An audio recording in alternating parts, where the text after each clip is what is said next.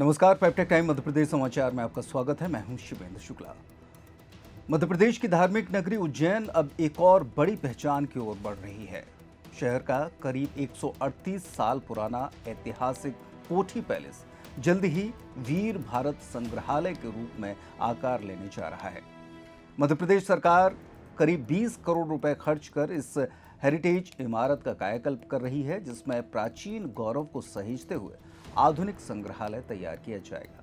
करीब 2.25 एकड़ में फैला ये भव्य कोठी पैलेस, जो कभी सिंधिया रियासत का अहम केंद्र रहा और लंबे समय तक कलेक्टर कार्यालय के रूप में इसका इस्तेमाल होता रहा, अब इतिहास की नई कहानी कहेगा। नया कलेक्टर भवन बनने के बाद खाली पड़ी इस इमारत में अब तेजी से काम शुरू हो चुका है। एक साल में इसे आम लोगों के लिए खोलने की तैयारी भी चल रही है। इस संग्रहालय की खास बात यह होगी कि यहाँ प्राचीन काल से लेकर आधुनिक भारत तक के महान नायकों की गाथाएं एक साथ देखने को मिलेंगी। सम्राट विक्रमादित्य के युग से लेकर स्वतंत्रता संग्राम तक के वीरों की कहानियां यहाँ जीवंत रूप में प्रस्तुत की जाएगी। संग्रहालय में चंद्रशेखर आजाद, भगत सिंह, महात्मा गांधी जैसे स्वतंत्रता सेनानियों के साथ साथ स्वामी विवेकानंद, आदि शंकराचार्य और गुरु गोविंद सिंह जैसे संतों और धर्मगुरुओं की झलक भी मिलेगी। वहीं कालिदास, वराहमिहिर और तानसेन जैसे महान विद्वानों और कलाकारों के योगदान को भी खास तरीके से यहां पर प्रदर्शित किया जाएगा।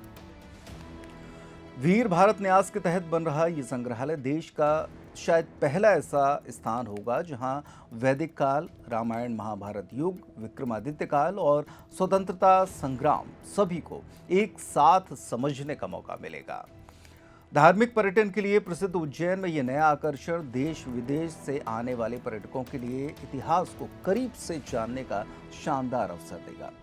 कुल मिलाकर कोठी पैलेस का ये रूपांतरण सिर्फ एक इमारत का बदलाव नहीं, बल्कि भारत के गौरवशाली इतिहास को नई पीढ़ी तक पहुंचाने की एक बड़ी पहल माना जा रहा है। दरअसल माधवराव सिंधिया के शासनकाल में ब्रिटिश रीजेंसी काउंसिल की मदद से इसको बनवाया गया था।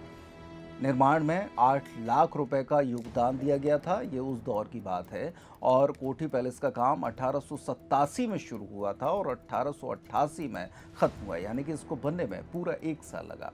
इसमें ईंट, नक्काशीदार पत्थर और प्लास्टर का उपयोग हुआ था। बड़े बगीचे की योजना भी बनाई गई थी। साइफन तकनीक से एक नहर का निर्माण भी इसमें कराया गया और ये रॉयल पैलेस के लिए बनाया गया था, लेकिन इसका उपयोग हालांकि नहीं किया गया। अब संग्रहालय में इसमें क्या क्या होगा ये हम आपको बता रहे हैं।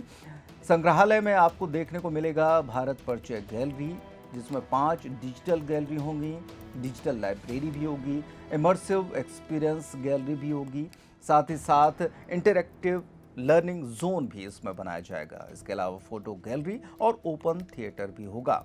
साथ ही साथ महापुरुषों की प्रतिमा और कैफेटेरिया भी इसमें बनाया जा रहा है। तो इस तरीके से पुरातन काल से लेकर वर्तमान काल तक, यानी कि स्वतंत्रता संग्राम तक की जो कहानियां हैं वो अलग अलग ढंग से यहाँ पर दिखाई जाएंगी।